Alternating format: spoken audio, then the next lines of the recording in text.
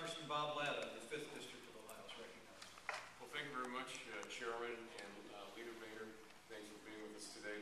I first and foremost want to thank Congressman Keeberry and his staff for all the work that you do here in Columbus and for all the help you did on the summit. And I know our working relationship goes way back when we both served in the Ohio legislature together, so I appreciate being here at the Ohio State with you. Even though I was a VGSU Falcon and a UT Rocket, that I've got two kids that are bent on becoming Buckeyes, so I'm afraid Ohio State's going to win out on that one. But I do appreciate this opportunity to be here today. This is very, very important.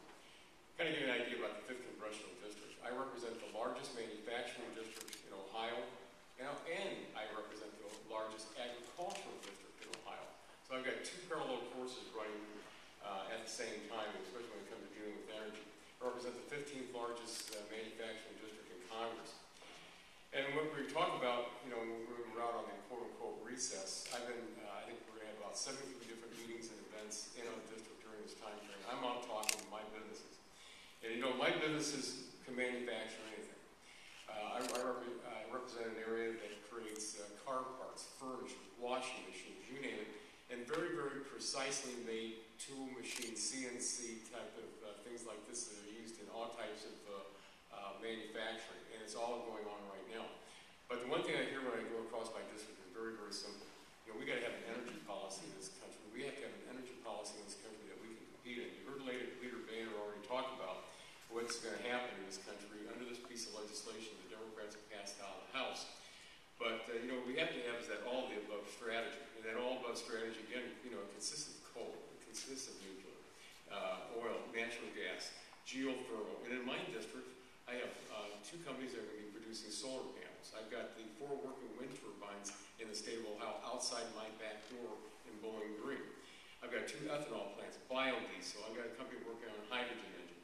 So, you know, we've got all these things going on, but we've got to have a policy. We've got to have it now. Because when it comes right down to it, energy and affordable energy equals one thing. If we can't have energy that produces at the right cost, somebody else is going to do it for us and eat our lunch. And, you know, China has become the #1 manufacturing country in the world. And as the leaders already pointed out, they're not going to abide by any of this. And when India and China said, you know, we're not going to do anything with cap and tax, cap and trade, or the national energy tax, how you want to frame it, it's going to be very, very difficult for American companies to survive. It's going to be very difficult for companies in Northwest Ohio to survive. So we have to have a plan in place. The Heritage Foundation had done a study, and I run into him one day, and I said, is it possible to put together something to show all 435 congressional districts and where we stand under a cap and tax proposal? And, you know, this is one of these things you have to be careful what you ask for in life. Because when they came up looking at how much how much coal that your state uses, and we use 87% here in Ohio. My good friend here from Indiana, their state uses 94%. I have the 3rd worst district under this scenario in the country. And when you take the top 20 districts in the United States Congress who are going to be affected by this cap and tax legislation, the top 16 of those 20 are from Ohio and Indiana. And when I have counties in my district right now that are suffering with 17% unemployment, all people want to do is get back to work, but they've got to have affordable energy. Our farmers have got to have affordable energy. And, you know, as the leaders already pointed out, just a couple of these statistics, though. It's estimated by 2035 that gasoline and diesel costs for farmers are expected to go up 28%, and for electric rates by 90%. So we're going to see those costs going up. When you see the farm income going down, they're expected to drop by $8 billion in 2012, $25 billion in 2024, and $50 billion in 2035. It's going to be very difficult for our people who are in agriculture across this country to survive. When you look at this Heritage Foundation chart, it's very interesting. With Congressman Waxman, Chairman Waxman, who you know, his name is on this bill.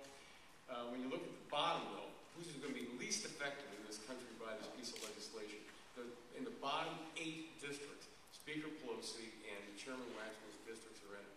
So we're in trouble in Ohio, you know, and we've got to get out of this. But we've got to have affordable energy. We want clean energy. We all want a clean environment. We can do it, but it's not going to happen through the piece of legislation the Democrats have passed. Thank you. Thank you, Congressman Latta. And with that, I'm pleased to recognize for an opening statement Congressman Chairman, I